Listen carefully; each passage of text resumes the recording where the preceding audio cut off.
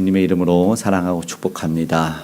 7월 본격적인 더위가 시작됐는데 건강에 유의하시고 하나님의 은혜의 바람을 늘 느끼는 복된 하루 한날 되시기를 축복합니다. 오늘 읽은 본문은 41장과 42장은 읽지 않았지만 또 시간 되실 때 또 말씀 상고하면서 한번 눈으로 보셨으면 좋겠습니다. 진정한 회복을 위해서 하나님이 어떤 말씀을 에스겔에게 하여 그 백성들에게 전하게 하시는가를 보게 되는데요. 우리는 앞서 조금 유명하다 알려진 37장의 마른 뼈의 환상을 보았고, 그렇게 생명이 전달된 그 군대가 무엇을 해야 할까? 오늘 그 회복에 대한 이야기를 합니다. 그 회복의 중심에는 바로 예배가 있다라는 것을 먼저 기억하고 가면 좋겠습니다. 오늘 보니까 성전의 환상을 보여줍니다. 오늘 그들이 1절에 상황을 말하는데 포로로 끌려갔습니다. 바벨론 땅으로 25년이 되었고 그들의 성전이 무너진 지 14년이 지난 날 에스겔 선지자에게 환상을 보여주고 있는데 매우 높은 산에 올라서 환상을 보여줍니다. 바로 성전입니다. 그 물리적인 건축물을 보여주신 것이 아니라 정말 보여주고자 했던 것은 회복된 하나님을 다시 한번 만나고 예배하게 될 회복의 중심을 보여주고 있다는 것이죠. 성전 재건의 예언이 아니고 예배의 회복을 보고 곧 영적 회복의 핵심이 바로 이 예배다라는 것을 알려주고자 하는 것이었습니다.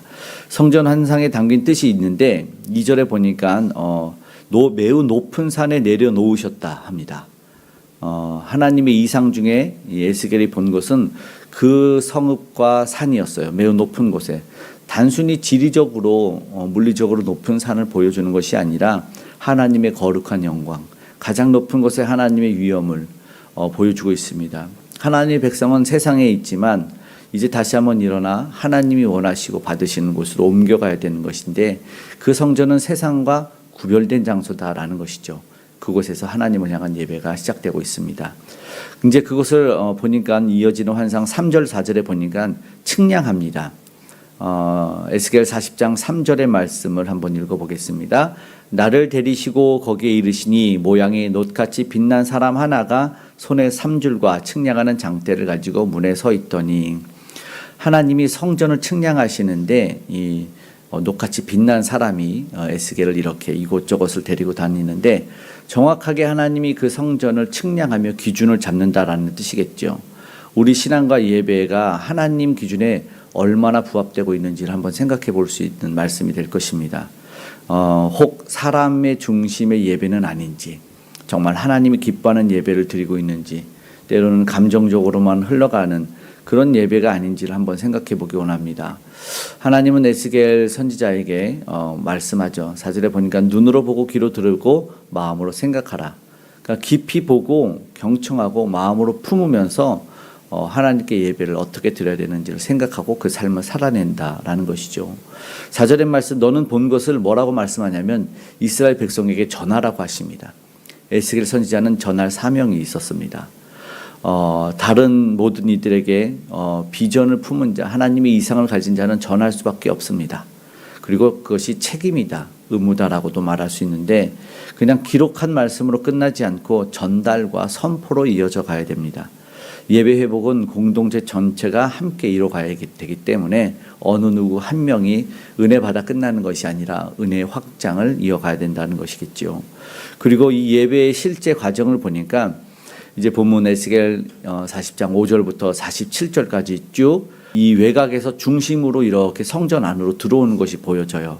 41장 42장에는 당연히 지성소까지 가장 가운데로 들어오겠죠.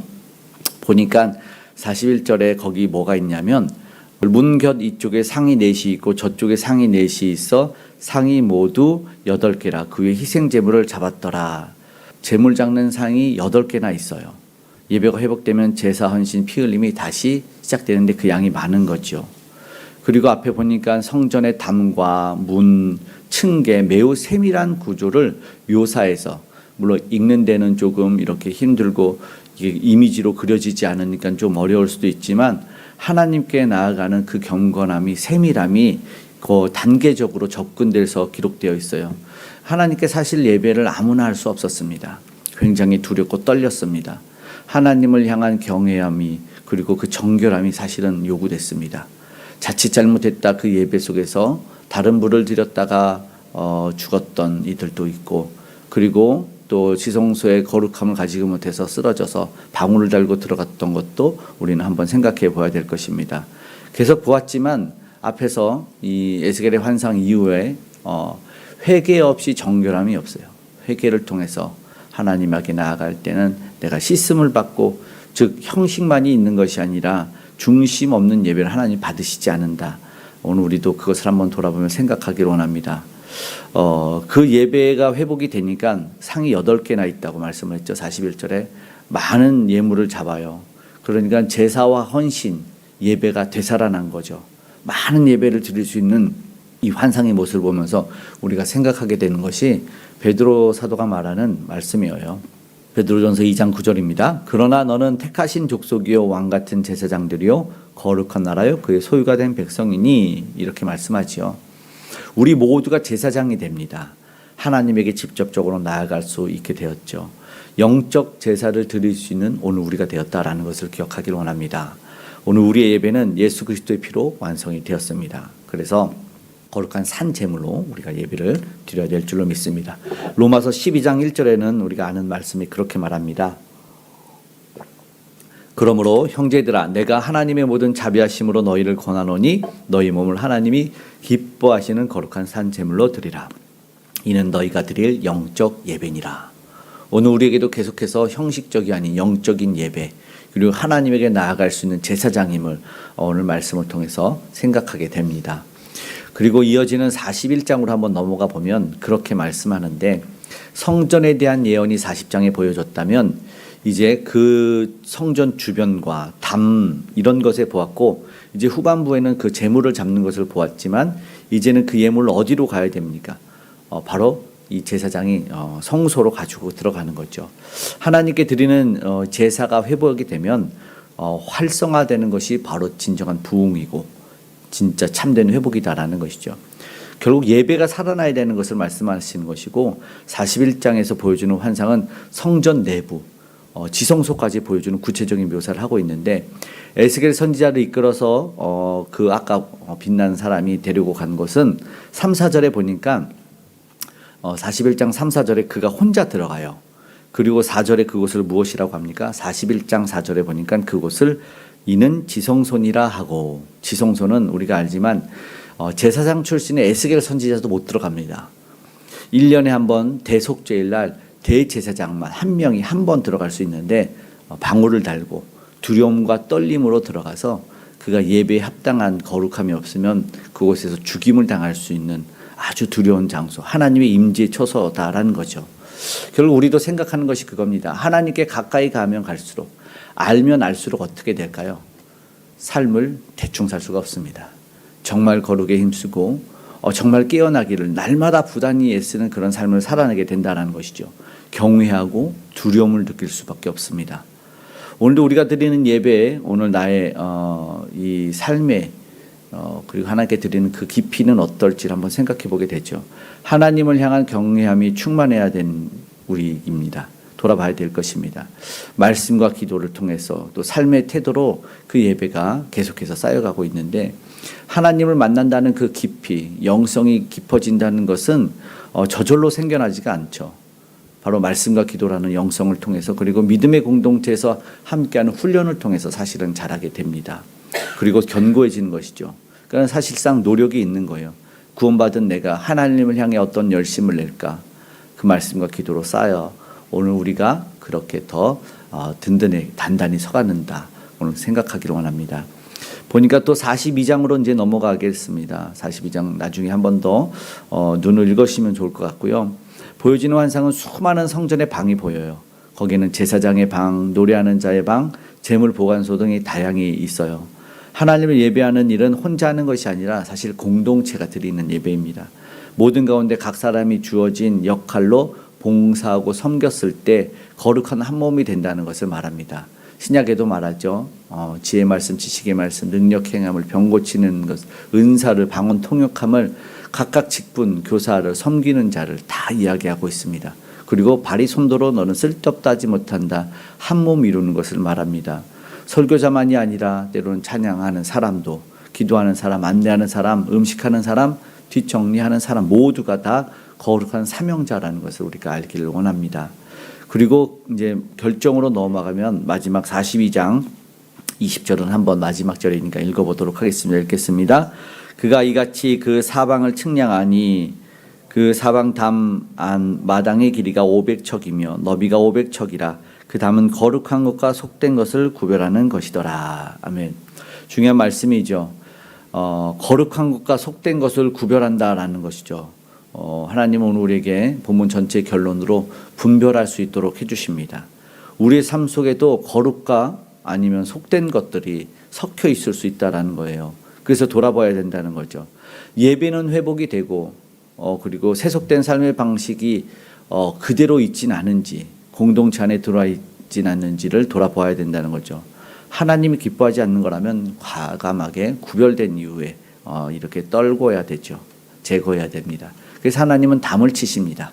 넘어오지 못하도록 구별하십니다. 오늘도 우리가 그러한 삶을 살기를 힘써야 될 것입니다. 오늘 본문은 조금 길지만 분명한 메시지가 있습니다. 그래서 말씀 마치고 우리가 기도하기를 원합니다. 예배가 회복돼야만 삶이 회복되는 것입니다. 에스겔 37장에서 마른 뼈가 살아나서 이제 생명이 되었는데 그들이 무엇을 합니까? 40장 성전으로 나아가 하나님께 예배합니다. 생명이 회복된 이후에는 예배하게 되는 거죠. 바로 이어지는 것이죠. 하나님이 그러나 세우신 성전은 단순한 건축물이 아니다는 것이죠. 검색창에 교회가 무엇인지만 검색해도 쉽게 알 수 있는 게 뭐냐면 이 교회는 예수 그리스도를 믿는 기독교인들의 신앙 공동체다라고 고백을 합니다. 참된 기독교의 교회의 표지는 말씀의 전파, 말씀 교육, 성례전의 올바른 시행, 참된 공동체의 고백, 권징의 신실한 실행이 있어야 한다라고 정의를 합니다. 결코 한마디도 이 보이지 않는 무형의 교회를 얘기하고 건물을 이야기하지 않는다는 것이죠. 건물이 아닌 우리는 예수님을 따르는 그런 공동체 모임이다라는 것을 기억하기 원합니다.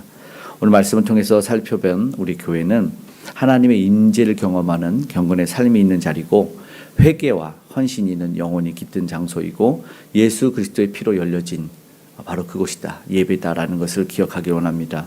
오늘 우리가 다시 한번 새롭게 하나님 앞에 나아가려면 예배의 깊이, 삶의 거룩함, 그리고 공동체로 새롭게 세워질 수 있어야 된다는 것을 기억하기 원하며 오늘 우리를 한번 돌아보는 그런 시간 되기를 주님의 이름으로 축복합니다. 아멘. 기도하겠습니다.